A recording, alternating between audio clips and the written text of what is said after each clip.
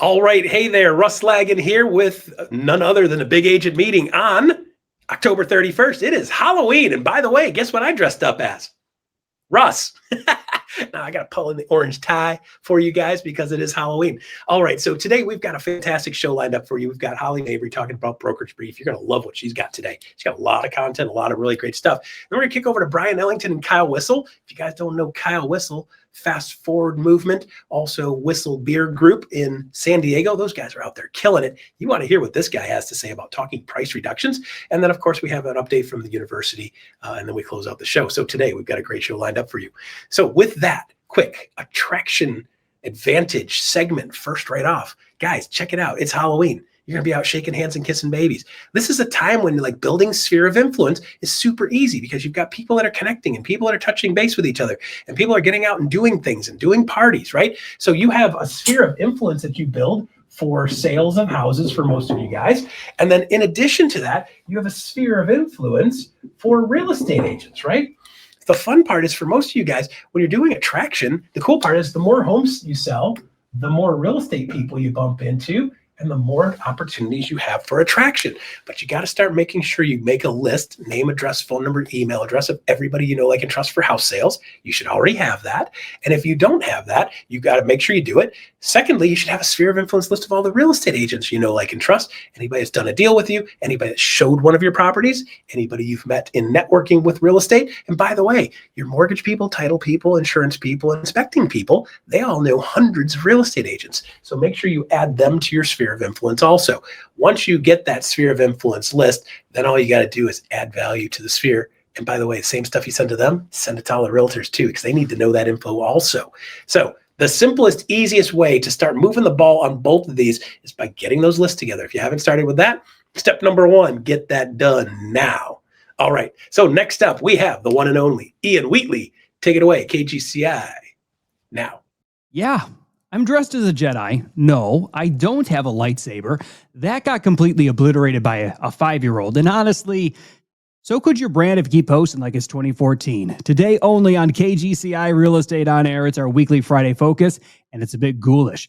From vanilla to viral, brand mistakes that keep agents from getting ghosted. If your posts scream just sold but whisper boring, the next 6 hours after today's big agent meeting on KGCI Real Estate On Air is going to have your brand rising from the dead.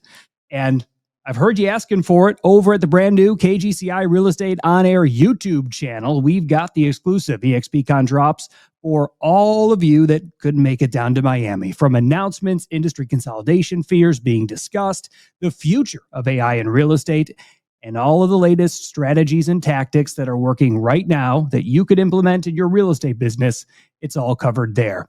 And quit being afraid of your business. Explore KGCI Real Estate On Air on that always free Real Estate On Air mobile app for iPhone and Android, along with our very best each day on demand on Apple Podcasts, Spotify, and YouTube. Happy Halloween. May the force be with you. Now I got to run. Go get a lightsaber before trick-or-treating. And you bet I'll be in the car listening to KGCI Real Estate On Air. All right. So thank you very much, Ian Wheatley. And again, it was so great to see you live and in person last week. And I love watching you do your stuff live in the booth. It's just amazing. You are a true professional, and I love that. All right. We have coming up next one of my favorite people in the world. I got to see her last week in person, which is great. And I get to see her again today on Zoom. So it's making my week a better week. The one and only Holly Mabry. Come on down, Holly. Hey, what's going on, my friend? It's so great to see you. And I have to do this because last week, all the magic that was EXPcon. Yeah, I brought it. I'm still wearing my one EXP shirt. Yeah. So got to represent my peeps out in the world. So love you, love you. So great to see everybody and hug them around the neck. It was awesome. It's so great that Cameron Cisneros is now kind of running the spearhead on that. She is just such a freaking amazing human being. I think she broke my sternum a couple of times hugging me. It might be a little tender still. It's fierce, right? Well, but that's the thing that I love about our in-person gatherings is that everybody gets together and the energy and the ideas and just everybody just rocking it out. And what I love is people have brought that momentum home and now they're looking at the next 60, 90 days of their business and they're like, okay, how do I take care of people? And that's pretty awesome. I love that. I absolutely love that. So, all right. So you got some good stuff for us today. I do. And, kind of bouncing off of last week and really focusing, the Fed met yesterday. And so we're in the midst of this enormous shift. So I thought I'd give everybody a few things that they can do, especially focused on the next 7 weeks in your business. Let's give you a playbook, right? Let's talk about pricing. Let's talk about the conversation and the client education I really want you to be having. This is what's important. So the mortgage rates and the Fed policy, this is as you look at basically the last 5 years. Okay, great. So that looks a little high, right? The mortgage rate, it's at 6.19 thereabouts, and the Fed rate, right, just under 4, 3.83. Why do we care? Well, a couple of things. One, looking at the 30-year fixed rate, we've been hearing a whole lot that every time the rate comes down, people have more affordability. It's allowing them to get into homes. Absolutely. A lot of folks have hit pause, that they were looking and they're like, wow, that rate is really high. I'm not so excited about that. Well, two things. One, the Fed is going to meet later this year, and we're not sure. They're kind of undecided if they are going to lower rates anymore. But then the next thing I want you to have is the historical context.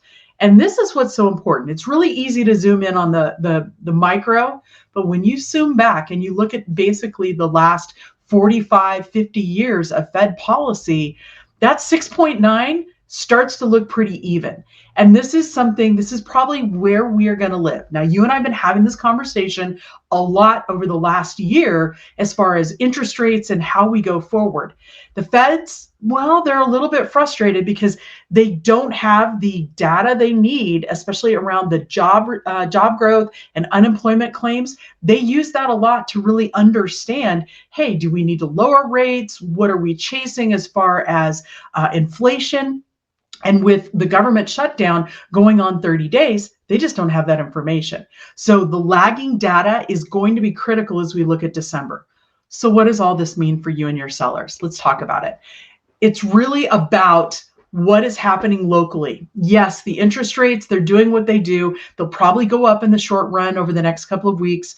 Okay, nobody panic. Talk to your local lender, get really comfortable with what they're seeing, and be able to reiterate that to both your sellers and your buyers.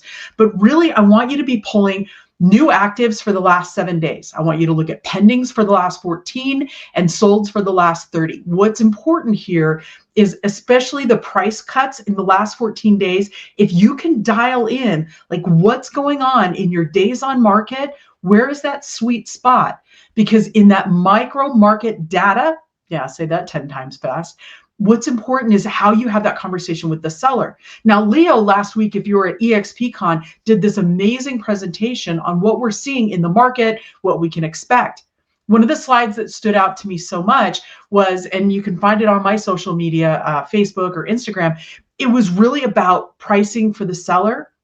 And let's make no mistake that overpricing will be the biggest mistake a seller will make in this market. Period.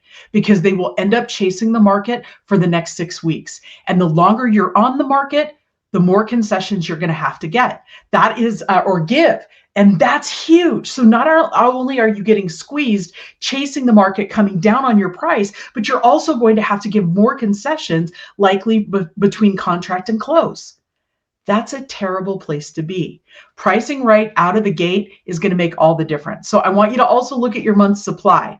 If you're in the Metro Phoenix market, I'm just outside of that. I've been watching that closely, and the days on market is increasing. We're seeing more supply. Southeast Florida, of course, you're seeing a lot more supply, very much in a buyer's market. But if I'm up in the Northeast, New Jersey, portions of New York, yeah, you're very much still a seller's market. So it's very local. Have those conversations honestly. And then finally, I want you to take this script and make it your own. We're approaching X months supply, whatever that supply is for you. Post the rate cut. More buyers will tour, but inventory is climbing, so they've got more choices.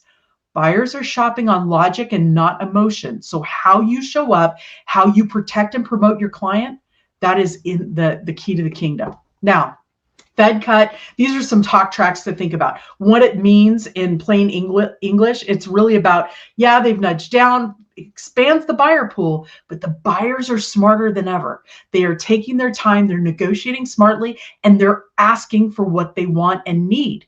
And also, they're very strategic. They're not overpaying for things. Then also, I want you to think about the rule of thumb.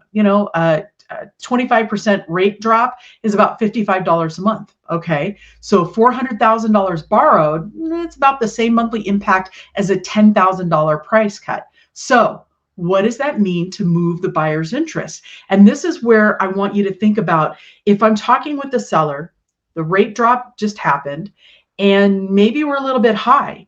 Well, buyers who now can qualify for a bit more, are we putting our best foot forward? Do we need paint? Are we clean? Like, it all starts with being clean. I'm just going to be honest. Are we clean? Are we doing all of these things? But then also, what concessions are they going to ask for? HOA transfer fees, home warranties? Does the roof need to be repaired? All of those things. And then finally, those pre-approvals. This is where I want you working with your buyers. If you've had someone who has been shopping rates, talk to their lender immediately. Look at that rate lock. What does it mean and how long is it for? 60 days, 90 days, 45 days? That becomes a sense of urgency as a listing agent. I'm asking how long the rate is locked for when I get that pre-approval in that contract. Hey, have they locked their rate? What does this look like? Because if rates go up in the short term, are they going to be surfing the rate through Thanksgiving? And if they are, and it doesn't come down, and we continue to see rates climb, is somebody suddenly out of a house? Those are conversations I want you to be having. Now, pricing and repositioning. This is a mindset shift.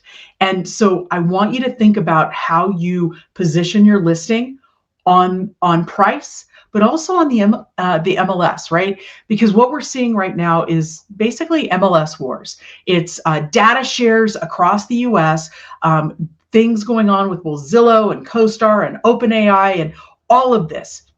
What it comes down to, did you truly position your seller for the best foot forward the first time out of the gate? Are the pictures perfect? Do I understand what I'm getting? Are the pictures the best representation of the house? Do I have a floor plan? That makes a huge difference as you go forward. Now, I want you to also think about 5 qualified showings in 7 days, 1 credible offer in 14. That makes a huge difference. That's what I want for you in this market, seller. So if we're getting no showings in that first 7 days, y'all, we're too high. The market has spoken. If we're not getting any offers in the first 14, we are too high. We're helping sell somebody else's house. So those are really good pivot points. And then finally, when I think about, okay, when do we drop the price? The next key is, hey, what is the search band? And then when you go and start searching from your phone, do this with Realtor.com or Zillow or Homes.com, whatever makes you happy. But I want you to search that price and that listing online. Put in the parameters. Most people are doing it on the zeros, right? They're not doing $399.99. They're searching up to 400. So if you're priced at 405, you've missed that cutoff. And that becomes really important as you're talking with the seller who's like, yeah, let's go to 405 or let's go to 407. Great. We're going to miss anybody who would go up to 400. And that might be that tipping point that, yeah, that's a buyer I would want. So I really want you to think about what it looks like. And this is concessions, right? So let's speak to the concessions. Seller paid buy down, like a 2-1 buy down on a $400,000 loan saves buyers about $495, right? And this is going to be subject to credit and all that kind of stuff. So as a result, $495 a month. And what does that look like? What is that real cost? So if you're talking with a seller and you're talking about negotiating strategies, hey, do we want to do a buy down? Do we want to entice a buyer? And this is where I want you to work with your lender on the listing side and talk about what those buy downs could and should look like. It could put you in a better mindset as buyers are looking as to what sellers are offering. Now, that MLS data discipline that I was talking about, your status changes got to be timely, like day of. You want to be looking at your photos. And this is the thing, set up your photos like you're walking through the house, but I want to put my best foot forward. Know your MLS rules. Some of your MLS rules require the front face of the house as your first picture, but don't have 18 front facing of the house or 18 outside pictures as your first photos. When you think of searching online, It's the first 5 photos that grab people. So in the first 5 photos, did I tell the story of the house? Did I tell the best features of the house in that first 5? I also want you to think about those complete fields, because if you're looking at data pushes, right, the internet data exchange that goes out from MLS, yeah, those are updated every 15 minutes. However, some of those websites only pull status changes and price reductions. They don't pull anything else. So if you don't have all your fields absolutely complete, if you don't have all of your information dialed in as far as descriptions in your comment section, you miss an opportunity. So definitely you want to have a comprehensive listing profile as you go out, that accurate remarks and photos. And this is the thing, everybody's using AI in different ways. If you are using AI in your photos, you absolutely must disclose, hey, this has been an AI enhanced. Great. What did you enhance? Well, I did virtual staging. Okay, cool. I've done that a lot. Have the real photo of the house and the virtual staged photo.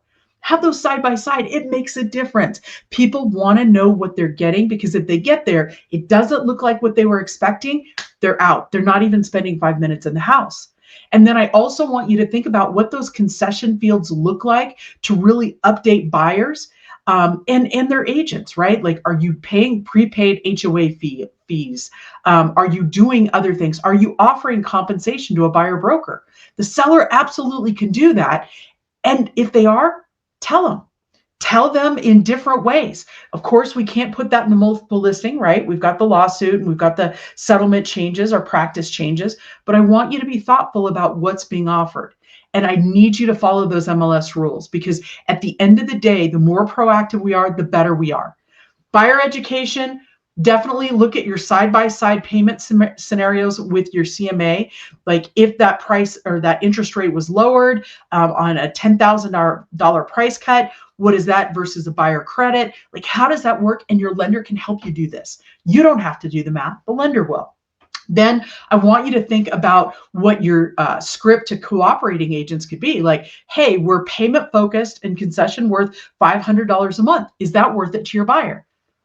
Y'all, some buyers right now, if you just said $500 a month, that you just got their interest. So if you're looking at a rate buy down to help them on top of this rate cut, that just got super sexy. And I want you to talk to the buyer about those buy down mechanics. Now, this is the thing. In 10 minutes, me and you, we're not going to be able to explain that all. But if you sit and take your lender to lunch or breakfast or coffee, they can explain it to you. They can set you for success so you can have a great conversation with your buyer. And oh, by the way, they would love to be a part of that conversation with you. So really focus on what that looks like in the buy down, how that wins, and also what does that mean for the seller? Now, at the end of the day, overcoming these objections are going to be huge. How we avoid overpricing due to the rate cut, this is the key when you're having these conversations with the seller. They don't realize, they're like, oh, I've got more buyers in the market, I'm going to put the price back up. Sadly, no. We're seeing a bulk of our sellers. I think the stat that Leo shared, about 60% of sellers in the month of September did a price adjustment. That's a big deal. So I really want you to think about what that looks like, and that price cut and targeted concession. How do you balance that? Because some people just shop on price, but if you're shopping on the rate, you're shopping on that targeted cut, how do you balance it? And then why are we waiting for the spring market? If you need to sell, if you made that opportunity to list today, how do we take care of you today and not wait for more competition in the spring? The buyers looking right now, they are primed, ready, and very focused. So at the end of the day, I want you to have this 7-day action plan. Have a slide in your listing presentation explaining the Fed cut for every listing. What does it mean? What would it look like if you did a rate buy down? And just some general information. Because I will tell you, the agent who shows up with this makes a difference. Then I want you to have a reposition rule that you talk about with your clients at time of listing. Like, hey, these are the triggers that we might need to look at. No showings in 7 days, no offer in the first 14. We may need to adjust, because at the end of the day, it's the market's fault. You're going to do everything you can to give them the best success possible. And you're going to outline this. This is what I'm going to do with professional photos. We're going to have a floor plan. We're going to do all of these things. We're going to go on the MLS to the widest group of people possible. We're not going to hold this behind. And as a result, if we're not getting with all of that exposure, people walking through the door, we're overpriced. So definitely be updating your MLS, run those seller scripts, practice them, right? They don't roll off the tongue. I want you to practice them with somebody in your office, your broker, anybody you can think of. I practice with my dog. Not going to lie. If I can keep their attention through a seller script, it works. And then I want you to look at rate lock huddles with your buyers. Talk to them through what does it mean, include the lender, have those conversations. And if you're active with buyers right now, pick up the phone. They don't know what's going on and they're relying on you. They trust you. So embrace the Fed adjustment. This is a great time to have those conversations with anybody who is on the fence. But remember, if I'm a listing agent, buyer demand will be smart and strategic. They are not going to overpay right now. They're shopping on logic and they're negotiating everything they can. Leveraging the price and education is going to be key for our sellers, but also with our buyers. So making sure we've got a CMA on every property that we go and make an offer on, the buyer needs to understand what is their leverage points? How do they strategically negotiate? So we never want to be chasing the market. We always want to go best foot forward the first time, because in 6 weeks, if we're chasing the market, it will cost the seller more in time and money. Thanks, guys. I love spending this time with you. Get in there, make those phone calls. And Russ, I hope this helps build some friends' business out there. Yeah. And by the way, my favorite part of that is hitting those big round numbers, because that's how buyers search and that's how we search. I love that you say that, because I've said that a million times and people still go, oh, I never heard that before. So I'm glad you said that out loud. And by the way, happy Halloween to you. I hope you have a great evening tonight. Running around as, what were you going, see an enemy? Yeah, we're actually going to go as jellyfish, because it'll be lots of fun and we'll be all lit up. So yeah, Reese's peanut butter cups to you, my friend. We'll see you soon. Right. You got it. See you. Thanks. Bye. All right, there you go. Holly Mabry, of course, knocking it out of the park, as she always does with her brokerage brief. Lots of really great info in there. Thank you very much, Holly, always, for bringing us some amazing info and actual stuff you can use. All right, so next up, we have the Agent Advantage, which is Zenlist. This is EXP's access app for EXP agents. So, by the way, if you want to have an exclusive listing, not goes in the MLS type of thing, we have a product for that too, for some of those occasions when a seller's like, hey, I want to keep this low key. So take it away for Agent Advantage. Thank you so much. It is a pleasure to be here for you this week with your Agent Advantage segment. My name is Jessie Gilbert. I'm your account director for EXP Access, which is powered by the Zenlist app. And this week, we're going to be talking about a big one. And we'll be talking about how you can stop losing your clients to the public portals, which I know is daunting. In the last 5 years or so of doing this, I've heard all of the reasons why clients are addicted to these public portals. They can't leave them behind. I set them up in the MLS. They just don't use it. I've built my own website. They just don't use it. They're addicted to these apps, these public portals. And the reason for that is because your clients want the best experience possible. And in most cases, the public portals is the best tool that they have available to them. There's some MLSs that do it really well, and I tip my hat to them. But in a lot of cases, the public portal in your MLS system simply leaves a lot to be desired. And so that's why your clients continue to go back to the public portals. But the harsh reality is, and I'm sure all of you know this sitting in our audience today, is that every time your clients leave you to search on a public portal, you lose visibility into what they're actually doing, what they're actually engaging with. And that visibility, in my humble opinion, is one of the most valuable sets of information you can have, better than any prediction or market trend or statistics or report that you could pull. The insights into what your clients are actually engaging with, what they're liking and disliking, how they're doing it, how often they're doing it, all of that information is the most actionable set of data you have available to you.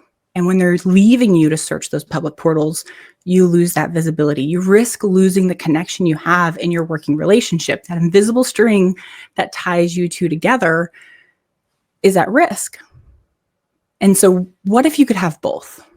If you could have an experience that your clients like and will actually use, but you could keep that visibility, that connection live, you could work together, work smarter, not harder.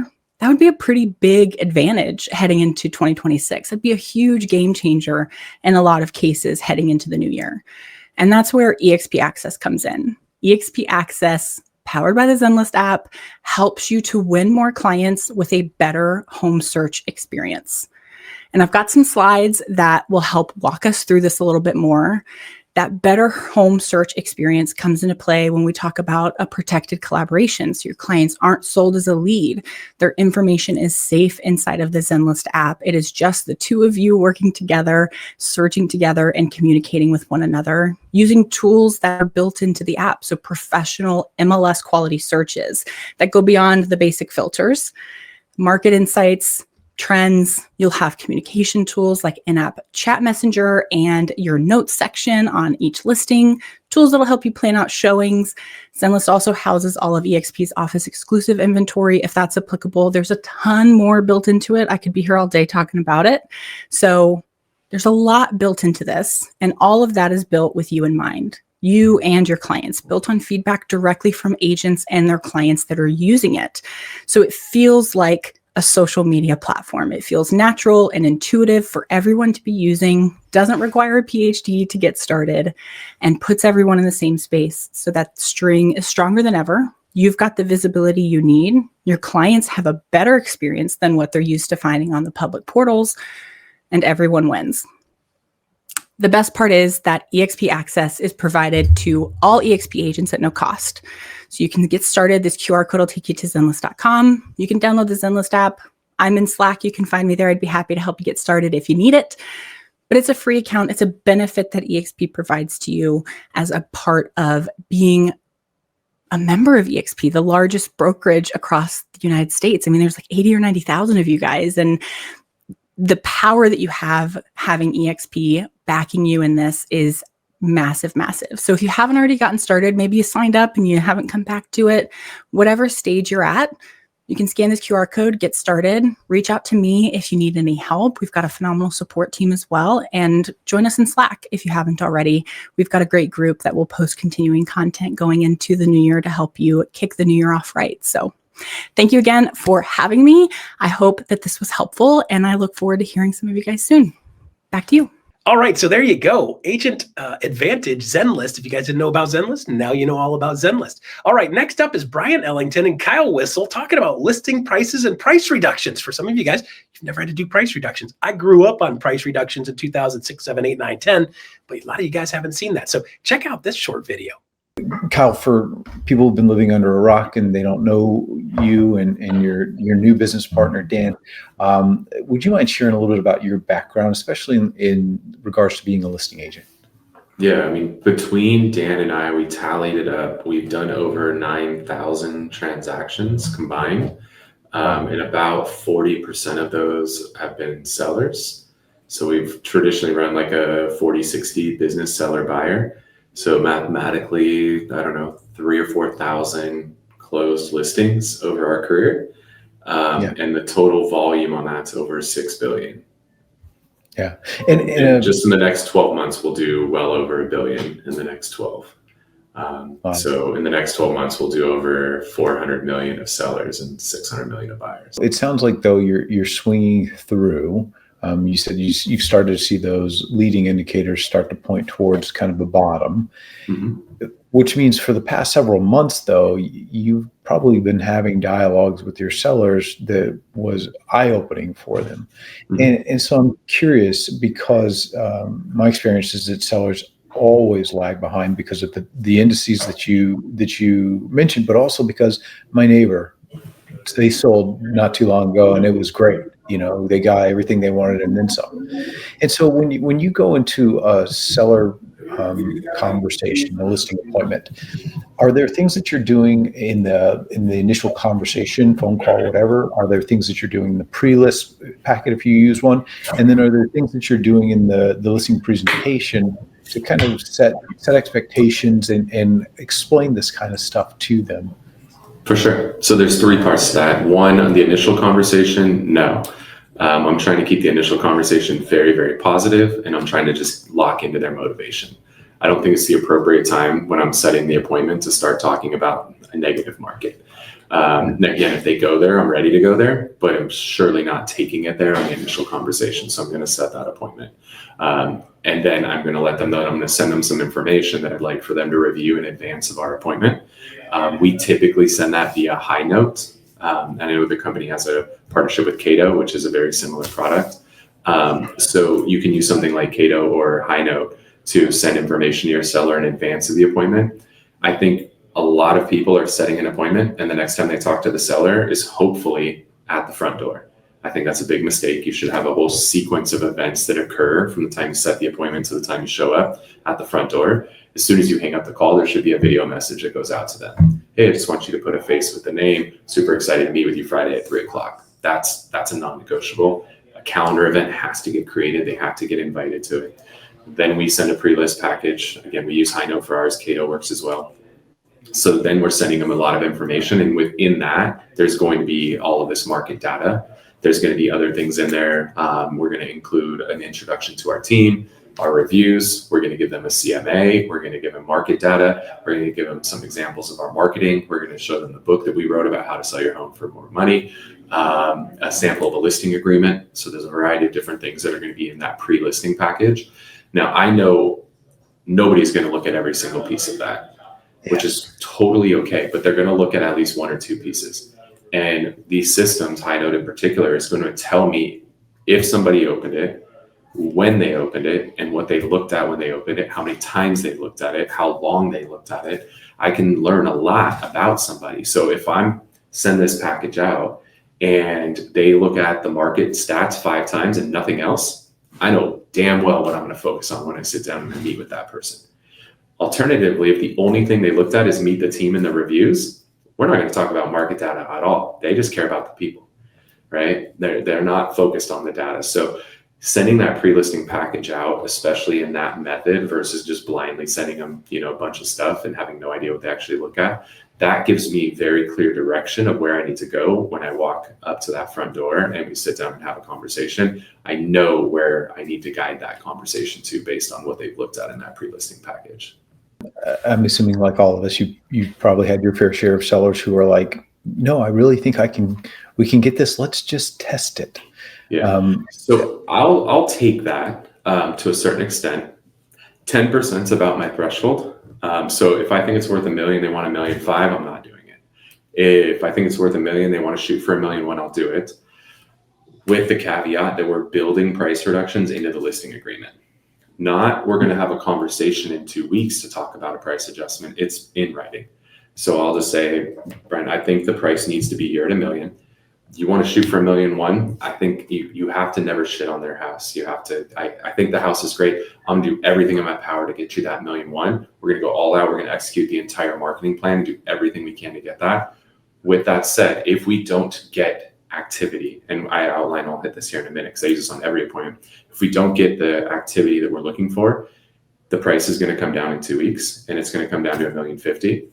And in 2 additional weeks, it's going to come down to $1 million. As long as you're willing to put that in writing, I'm willing to put all of my marketing dollars to work for you. Are you on board with that? All right, so there you go. Kyle Whissel, thank you very much. Brian Ellington, excellent conversation. Very timely in this market because some of you guys are seeing price reductions. Some of you guys, hey, let's just making sure you get the right price. That's the key. How do you know if you're priced right? You're sold. If you're not sold, you're not priced right. Okay, super simple stuff. So thank you guys. If you guys want to see the full version of that, make sure you jump on YouTube, type in Brian Ellington or EXP University and Kyle Whissel, and that'll jump you to the full version of that with a lot more details. So go in there, check it out. When you're in there, make sure you like and subscribe if you're on the YouTube channel for EXP. So when that stuff up, it automatically hammers over to you guys and you get it first off without having to go hunt for it. All right, so next up, we have the one and only Alyssa Specht with the University Update. Take it away, Alyssa. What's up, big agent meeting? Alyssa Specht here with your weekly University Spotlight. My friends, this next week's lineup is exactly what growth-minded agents need right now.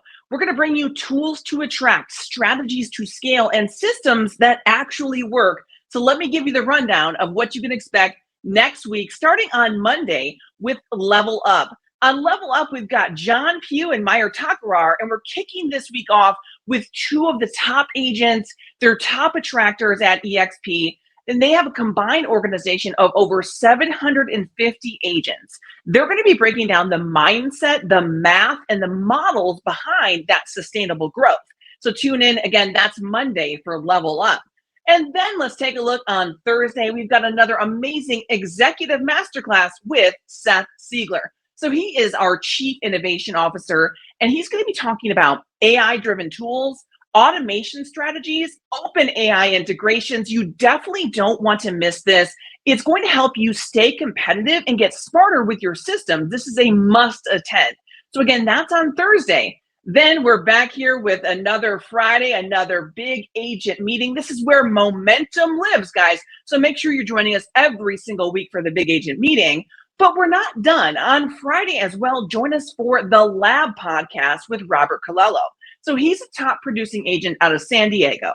And he's going to be talking about how to price with precision, some smart price reduction strategies, and how to read the market and guide sellers with confidence. So guys, tune in. That's going to be the Lab. We're going to be sharing teaser clips here on BAM, but catch that full episode as well. So guys, block your calendar, tag your team, and I'll see you there. All right, there you go. Alyssa, always university, packed full of good stuff. Some amazing things going on in the fall coming up to the end of the year, and a lot of great stuff in university coming through. All right, so there you go. And the last things up is NPS survey. So guys, pull out your phones if you could. Please give us a scale rating on a scale of 1 to 10. Let us know how we did today. If we did a great job, give us a 10. If you got something you want to add to it and give us a suggestion, don't hesitate to add suggestions. We always like to hear from you guys what you like to see or what you want to see more of. Love getting feedback from you guys. Stay tuned. Coming up for EXP iConversations, and happy Halloween to all of you.